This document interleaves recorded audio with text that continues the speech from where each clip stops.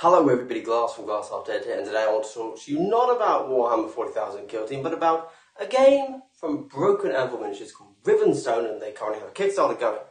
Why am I doing this? Good question. Two reasons. One, I used to play World of Warcraft, Warcraft 3, Warcraft 2, not quite old enough for Warcraft 1, but been a big fan. And, as one does, I've always wanted them to do a tabletop miniatures game, and they never have. Shame on Blizzard. I don't even like saying their name anymore. Let's not get into that, though.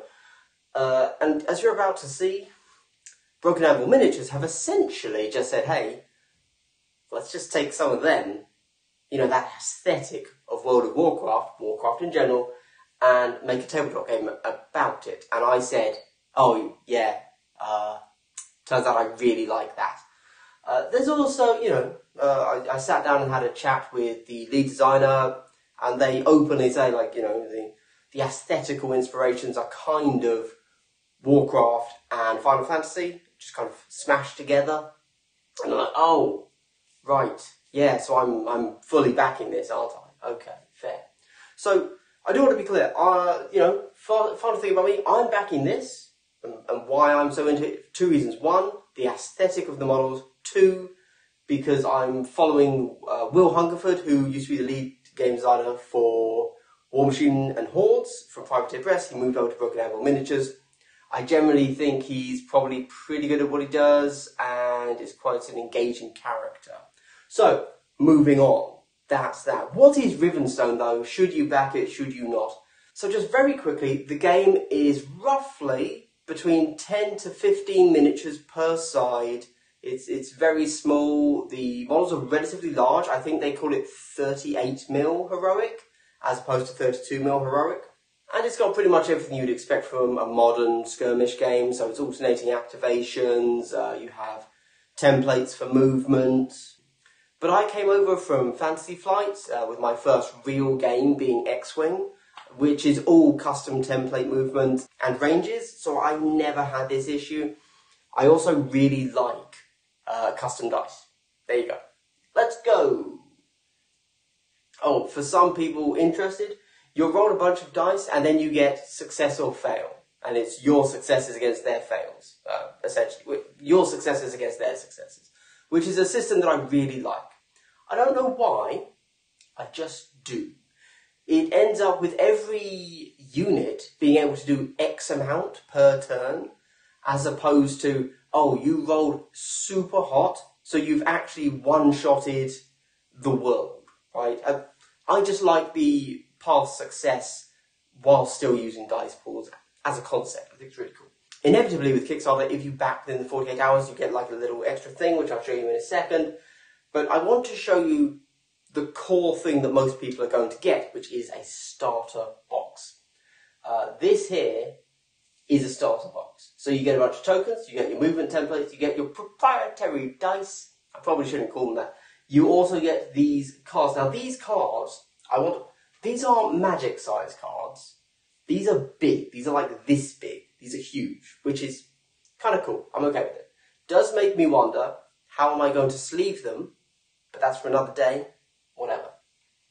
And I think every starter has 4 Rivenstone deposits. Alright, the whole game is based around Rivenstone. If you want to know more about the game itself, honestly, I've done an interview with Will Hungerford with terrible audio. Worse than this video, yes. And you can hear me and him go through the whole thing, everything, the Kickstarter, the game mechanics, the world of Rivenstone called Ven, etc. Because he's going to do a much better job. I'm just giving you the tasty nuggets here. So you get 4 Rivenstone deposits, you get a named hero, and then you get 3 musters, which is what they're called, 3 units. And you get 1 additional hero, and you get a barracks. Now the barracks is just a portal, essentially. The reason we don't call it a portal is because some factions don't use an actual magical portal. They get onto the board in another way. Now, why is there something called a barracks? Well, in my head canon, it's because Warcraft 3 would have had a barracks where you produce units, and that's mentally, this is just Warcraft for me, keep that in mind. And so that's like your barracks, where you're producing your footmen or your grunts from.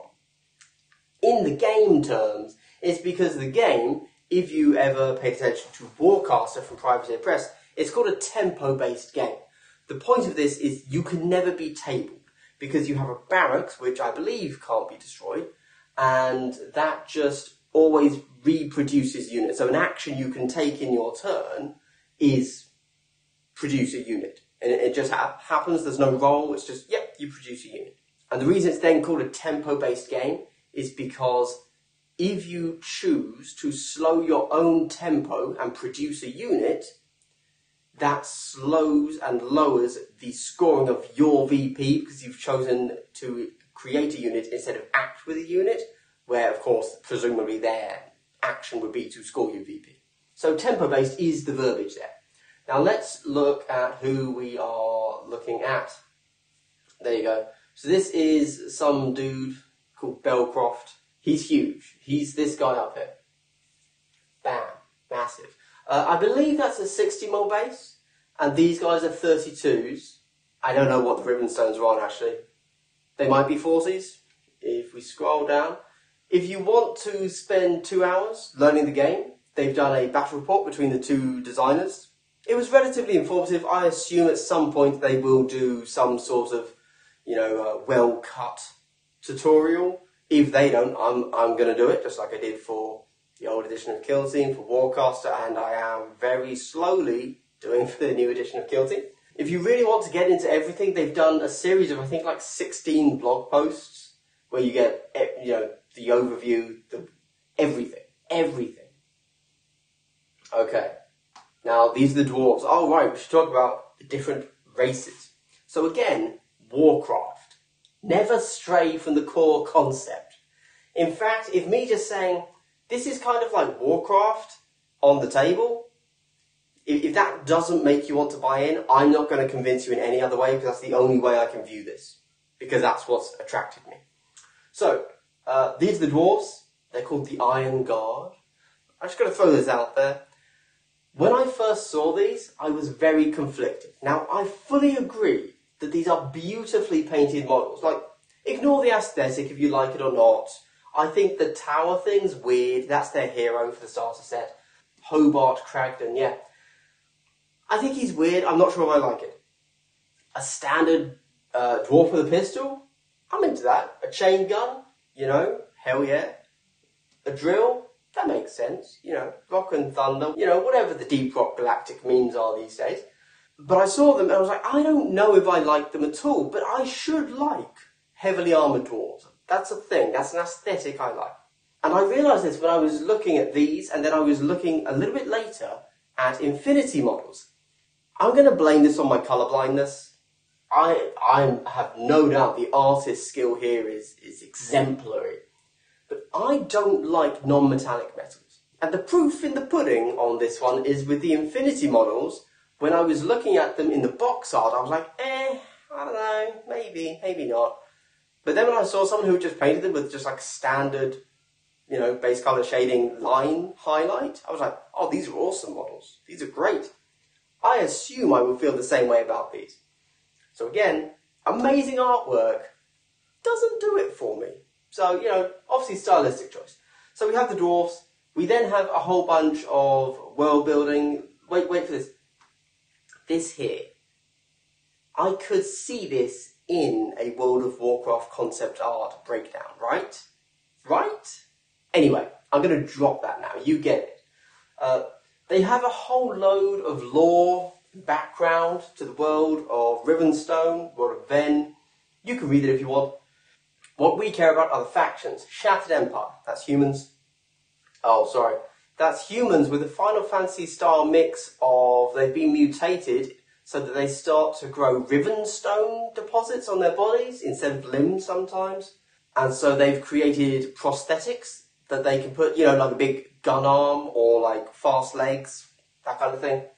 Orrix, these are orcs. We're about to look at them and you will say, that's Thrall. Just wait for it though. They are, what are they? These are like the Wildlands orcs, which are literally World of Warcraft orcs. The Iron Guard, they're the dwarves. The Risen, they're the undead. The Wild. The Wild are a little bit different to the other factions, at least at the beginning. So all of these other factions have a full starter box that you can buy. We'll cover a starter box in a moment. Wild doesn't. Wild just has one monster, so this is a hero. Wild faction legendary hero model. I don't know what a legendary hero model is. I don't know how that's different from another one. And then they also get, oh, it doesn't have it here, like some little dudes that would be like his friend, I guess. And then they don't have a starter box. I believe the starter box will come in the future, but it's not here now. Okay, now we get into the stuff. Oh, there's one more thing I have to tell you. So this is the important thing, okay? Which, in my mind, is going to help you decide what you buy. So these are the different factions, right? Shattered Empire, Orrix, Ironguard, Risen. Now, if you're thinking Warhammer style, you're thinking, okay, I'll buy Orrix, and then I'll just flesh that entire army out, and that's me done. Obviously, yes, you can do that. However, because of the way this building works, there isn't actually a need to do that.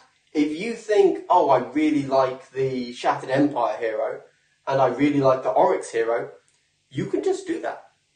You can just take one of them. And they've said that will be how the game works, to be tournament legal. Tournaments is another thing, we'll talk about that later.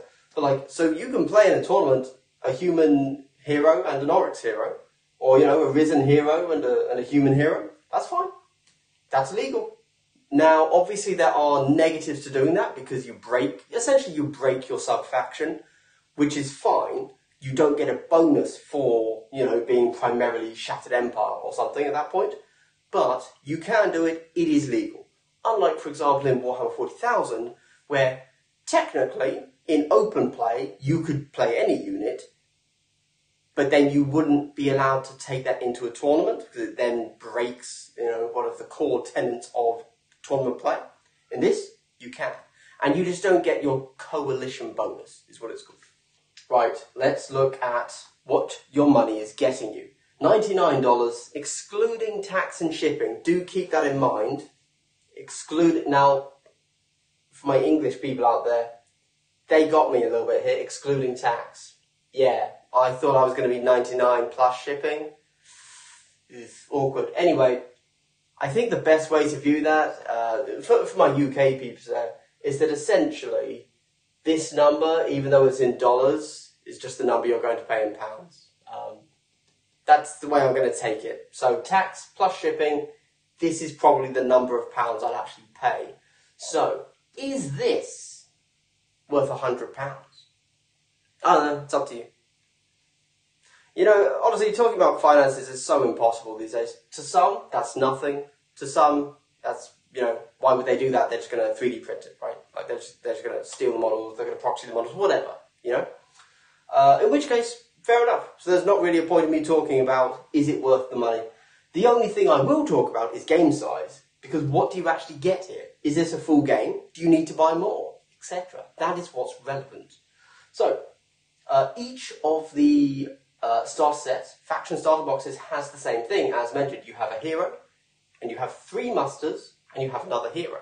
So you're getting 3 musters, which is 3 units, except 2 of those musters are the same models. So this here is everything you need for a small game. A small game is 2 heroes and 3 musters. So this is a game. There you go. Simple. Now, Rivenstone is a game with 2 sizes. The first size is this: 2 heroes, 3 musters. Easy. The third size is 3 heroes, 4 musters. This means that your small games are going to be, what's this, 1, 2, 3, 4, 5, 6, 7, 8, 9, 10, 11. 11 models. Whereas if you were to add another muster to make it 4 musters plus another hero to make it 3 heroes, you're looking at the total game size of a large game being 15 models. Not terrible, not terrible. Of course, you never know how a game plays, right? I know how this game plays, because I've spent a lot of time watching battle reports and tutorials and other people playing. But until I play it myself a few times, I can't really tell you if I enjoy it, if I like the flow of the game, which is why I focus so heavily on the aesthetic. I can't talk to the mechanics and how it feels to play just yet. If you pledge within the first 48 hours, you get that free. I assume it's going to be an add-on that you can buy separately later as well. I don't actually know what this is. I don't know if this is 3 pieces or if this is 1 piece smashed together. I don't know. There you go. But either way, it's just some cool terrain. We then go to the Shattered Empire. Same thing. Oh, and this is why I don't know. Because this, I can see being 3 different pieces. But this definitely looks like just 1 barricade. Also, weirdly, I've seen this painted up. So I don't know why they didn't put the painted bit here. Aesthetically, I'm cool with it, because I actually like seeing the renders. But that's me. Okay, Shattered Empire, same thing. You get hero, hero, 3 musters. This time, line fusiliers, line troopers. I've right-clicked again, murder me. But you might notice, in this one you get 16 models. Whereas in this one, you get 15. Why is that? Well, obviously because the muster sizes for different units is different. So a muster of tunnel fighters might be 3, 1, 2, 3, whereas a muster of heavy operators is only 2. There you go. That's right. I believe so far the highest muster number is 3, the lowest muster number is 2, but in theory that could be anything. And there is no hard and fast rule of you can never have more than 15 models on the board on your side. Now let's talk about the Orrix, who are straight up World of Warcraft orcs. The reason I want to talk about them is because when I first saw these, I was very sceptical. They weren't jiving with me. I hadn't yet figured out that they were Warcraft. I hadn't connected those pieces. And they looked a little bit small for my tastes. Until Will Hunkford pointed out that these are actually 40mm bases. When I first saw them, I just saw them like from a top down, they were on a board. I couldn't really see scale. These are 40mm bases. These are huge. These are, I believe, a little bit taller than Primaris Marines. That's the kind of size we're looking at. These are like chunky Stormcast, but orcs, as opposed to, these aren't mini Marines. These are big. These are big models. And in this one, we get 14 miniatures. Even fewer still, presumably because brutes are a muster of 2, whereas flingers are the muster of 3 here. But again, we get a hero who we can't see right now, but that's Thrall. We'll get to that in a moment. I'm not really pointing out the different barracks, am I? That's a barracks. Look, it's some stone and a portal. And scroll up. That's a portal with a portal and some. I'm going to be honest. That looks kind of very similar to Stargate SG-1, just from there. But these guys, this is their barracks. This is just a drill head because they're dwarves and they drill. Yeah. Finally, we have the Riven. Wait, no, they're not called that, are they? It's Rivenstone. These are the undead. The Risen, not the Riven. That's where I went wrong. Hero. Archers. What are they called? Oh, they're literally called archers. Okay. Risen archers. And then 2 musters of Risen foot soldiers. Oh, and the portal. 60 miniatures total, and again, another terrain pack. Very nice. What a delight. And that's it. 99 bucks. And you get one of those. Let's quickly, just because I feel like I should zoom through some of the others. So, hey, you want a 2-player starter set? Buy 2 faction starters. There you go. That's the Coalition Warrior. You get your 2 terrain packs, lovely jubbly. Don't forget that all of these starter boxes are not just the models, there's also everything you need to play, the templates, etc. I believe they have a rulebook as well, which we'll talk about in a moment when we get to a stretch goal. We then get the War Hero. Now this is a little bit odd, so this one is giving you 2 source sets, whereas the War Hero gives you everything for 1 faction. Because although we're only talking about the starter sets here, there are more models for each faction. I believe every faction has 1 additional hero, and either 1 additional muster or 2 additional musters. So a starter box is a starter box, it's not an all-in. How does Broken Anvil envision us playing this? Because one of my issues with Warcaster was the game was designed to be played on the larger scale. The big 4x4 mat, more models on the board at a time, etc, etc. It was 100% designed that way, and they were a little bit taken aback when everybody wanted to play the smaller skirmish size on the 3x3 board. So the way this has been designed apparently is that due to the way the turn system works, it doesn't matter, essentially. You still only get X activations. So it doesn't matter how many models or heroes you have on the board, you still just get to do X, and the board size doesn't change. So it's just a different feel as opposed to a different game type. Is my understanding, I could be wrong. So you could go War Hero where you get everything for a single faction. So you get the starter, which gives you big hero on plinth, small hero but still big, foot soldiers, archer, barracks, Rivenstone, that's the starter. This here also includes faction terrain pack. Now, my understanding is that you get the faction terrain pack in this tier whether you've pledged within the 48 hours or not. So if you pledge for this in 48 hours, you get a second faction terrain pack. You also get another hero. Now, if we look at this plinth, it looks awfully similar, I would say, to this plinth. The reason for that is that this is the named character version, but there is also the unnamed character version. There you go. And I believe that all of the named heroes have the alternative non-named version as well. You get some wolves, you get a hero, a Master Nightblade, if you're a rogue player in Warcraft, maybe that's for you.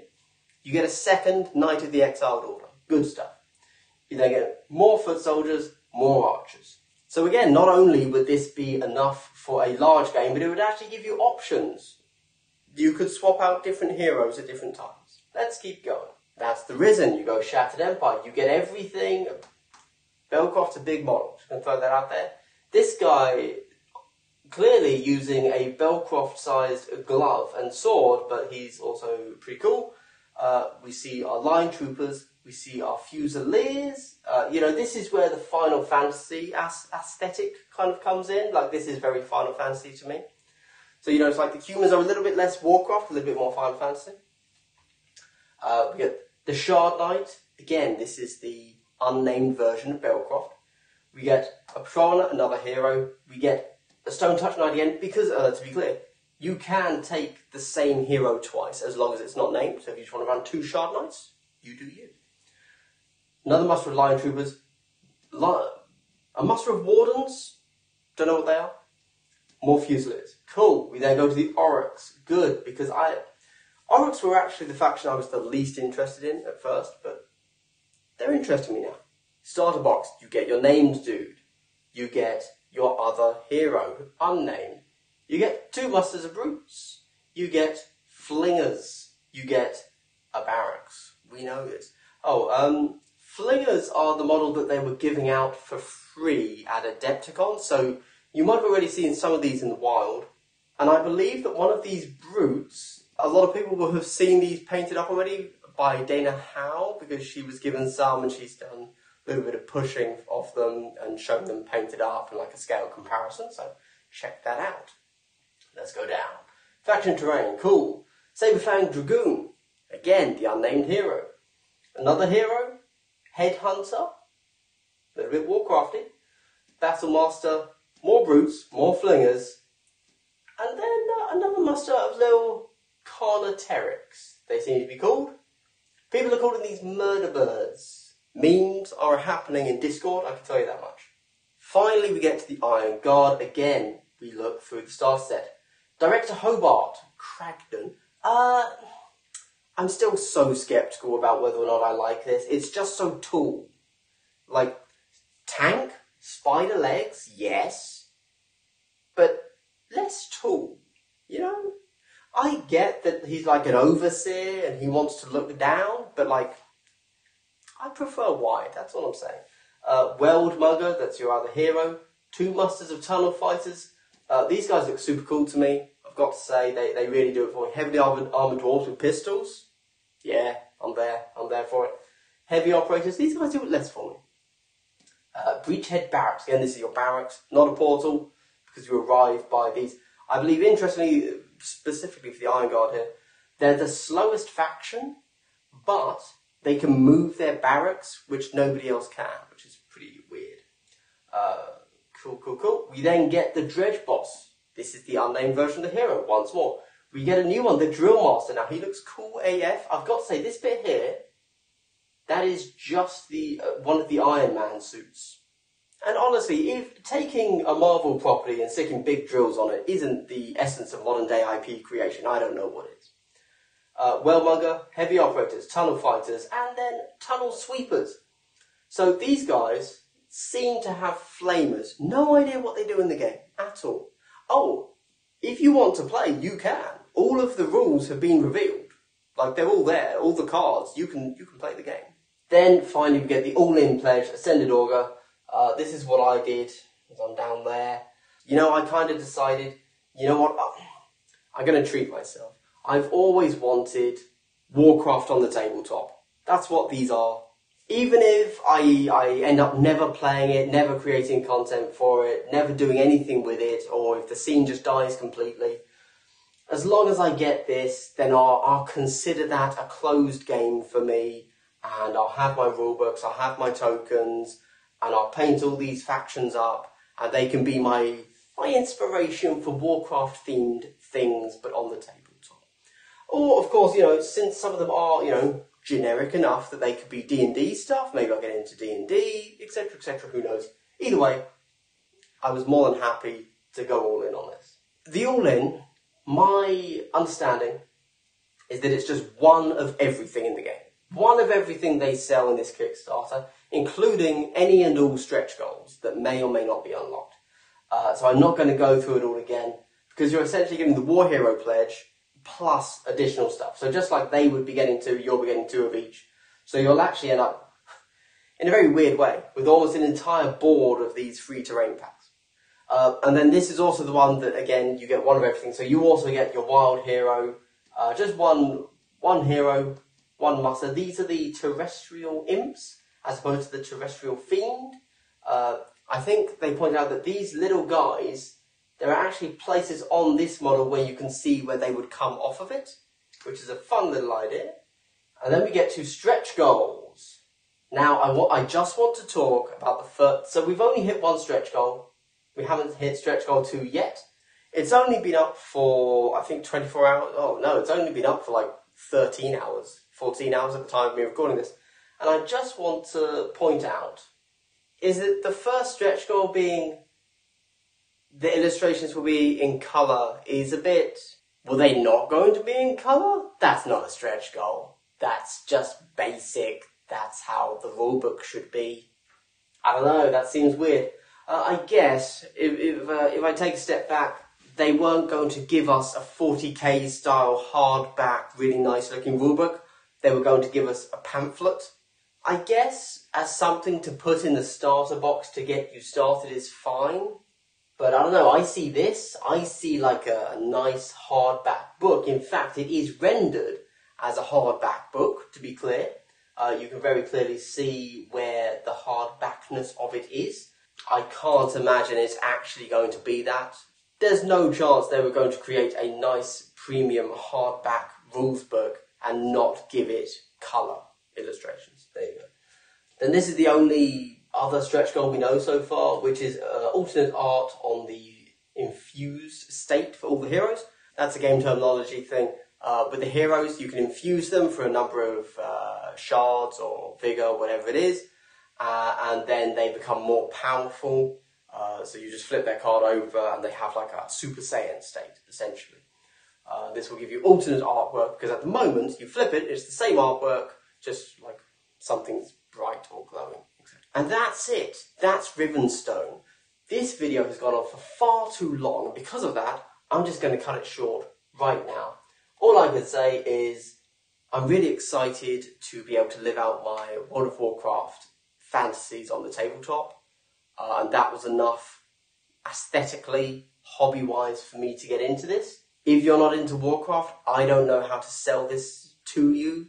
That's not, you know, because that's what sold me. I'm sure the models are cool. They're talking about Seocast, some new manufacturing process. I'm sure the rules are cool, but I don't know yet. I haven't played multiple games of it to really sell you on that either. And ultimately, who cares? Like, rules are rules. There are good games, there are bad games, but it's about if you want to play the game, can you find people playing the game? That's what matters for the mechanics, really. Let's be honest. But aesthetically, you can buy these models and be happy that you have those models, regardless of anything else. And I'm a simp for old World of Warcraft nostalgia. There you go. If you are also a simp for World of Warcraft nostalgia, let me know in the comments. Thank you very much, everybody. I hope you've had a good day and continue to have a good day. It's been Glass Half Dead saying goodbye. Goodbye.